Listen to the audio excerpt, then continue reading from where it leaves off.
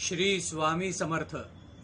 नवीन वर्षाच्या आपण सर्वांना माझ्याकडून खूप खूप शुभेच्छा. स्वामींच्या कृपेने हे नवीन वर्ष आपण सर्वांना सुख समृद्धीचे आणि भरभराटीचे जावो. आपल्या सर्व इच्छा आकांक्षा सर्व मनोकामना पूर्ण होत हीच सदिच्छा. आज आपण 2026 हे वर्ष मीन राशीच्या व्यक्तींसाठी कसं असणार आहे हे रमलशास्त्राच्या दृष्टिकोनातून बघणार आहोत. म्हणजेच आपल्या आयुष्यातल्या प्रत्येक क्षेत्रातील एनर्जीज कशा आहेत, आपल्याला निसर्ग काय संकेत देतोय हे बघणार आहोत. आणि मग व्हिडिओच्या शेवटी मी तुम्हाला यावर्षी करायचे काही महत्त्वपूर्ण उपाय सांगेन. नमस्कार, मी समीर जोशी आपल्या सर्वांचं ज्योतिष आणि रहस्यमध्ये पुन्हा एकदा स्वागत करतो. सुरू करूयात आजच्या विश्लेषणाला. हे नवीन वर्ष तुमच्यासाठी क्लॅरिटी आणि करेज घेऊन येतंय. When you protect Karma, Karma will protect you. तुमचं सगळं लक्ष सेल्फ इमेजवर केंद्रित असेल. तुमच्यामध्ये एक वेगळाच कॉन्फिडन्स असणार आहे. तुम्ही या वेळेला जास्ती आपल्या डिसिप्लिनवर लक्ष द्याल. त्यामुळे इतरांना तुमचं एक वेगळं रूप यावेळी पाहायला मिळेल. तुमची उपस्थिती इतरांवर प्रभाव टाकणारी असेल. तुमच्या फॅमिलीमध्ये, तुमच्या परिवारामध्ये तुमच्याविषयीचा आदर वाढेल. तुमचे विचार, तुमचे सजेशन्स, तुमचे डिसिजन्स हे सिरियसली घेतले जातील. त्यामुळे घराशी संबंधित जर काही निर्णय असतील, काही प्रॉपर्टी रिलेटेड काही इश्यूज असतील, तर ते स्मूथली पुढे जाण्याचे संकेत इथे दिसत आहेत. आणि घरातली वरिष्ठ मंडळीही संपूर्णपणे तुम्हाला सहमती देतील. घरात एकंदर शांतता आणि स्टॅबिलिटीची एनर्जी दिसतीये. लव्ह अँड रिलेशनशिपच्या सेक्टरमध्ये एक क्लॅरिटीची एनर्जी दिसते. म्हणजे त्याबाबत तुम्ही काही फ्युचर प्लॅनिंग कराल. काही महत्त्वाचे डिसिजन्स तुम्हाला घ्यावेसे वाटतील आणि जे तुमच्या फ्युचरच्या दृष्टीने अतिशय पॉझिटिव्ह असतील. मॅरिड लाईफमध्येही अतिशय स्टेडी आणि सपोर्टिव्ह एनर्जी इथे दिसते. दोघंही एकमेकांचा आदर कराल. रिलेशनशिप तुमचं नक्कीच इम्प्रूव्ह होईल.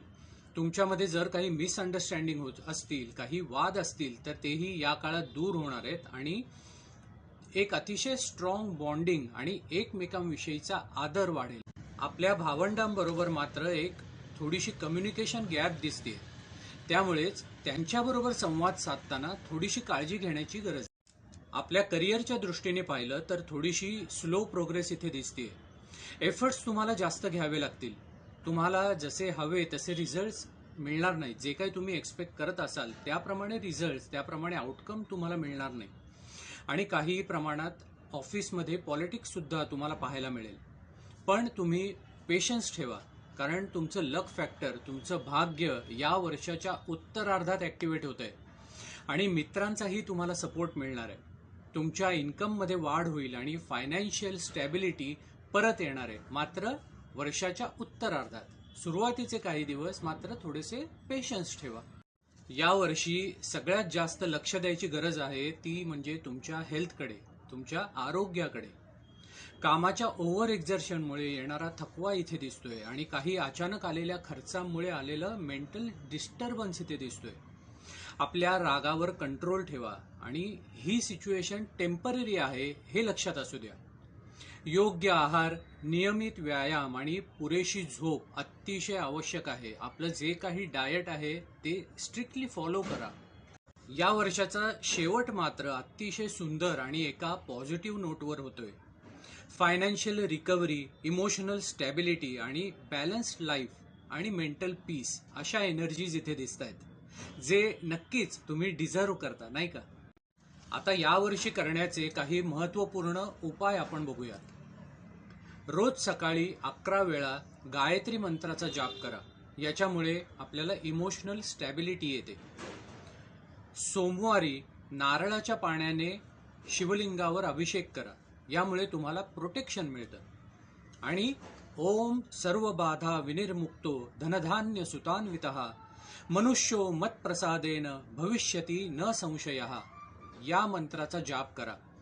हे संपूर्ण मंत्र तुम्हाला गुगलवर सर्च केलं तर सहज मिळेल, किंवा जर नाही मिळालं तर ओम सर्व बाधा विनिर्मुक्तो एवढाच जाप करा. यानेही तुम्हाला फायदा होईल. हा मंत्र जो आहे ना, हा दुर्गा देवीचा अतिशय शक्तिशाली मंत्र आहे. सर्व बाधा, कष्ट आणि अडचणीतून मुक्तता मिळणे आणि धनधान्य, संतान, पुत्र यांनी युक्त होणे असा या श्लोकाचा अर्थ आहे. मंत्र पुन्हा एकदा मी सांगतो. ओम सर्व बाधा विनिर्मुक्तो. या एवढ्याच मंत्राचा जाप करा आणि गुगलवर सर्च केलं तर हा संपूर्ण मंत्रही तुम्हाला सहज मिळेल. हे विश्लेषण तुम्हाला जर आवडलं असेल तर व्हिडिओला लाईक जरूर करा आणि चॅनलला जर तुम्ही अजूनही सबस्क्राईब केलं नसेल तर जरूर सबस्क्राईब करा. भेटूयात पुढच्या व्हिडिओमध्ये. श्री स्वामी समर्थ.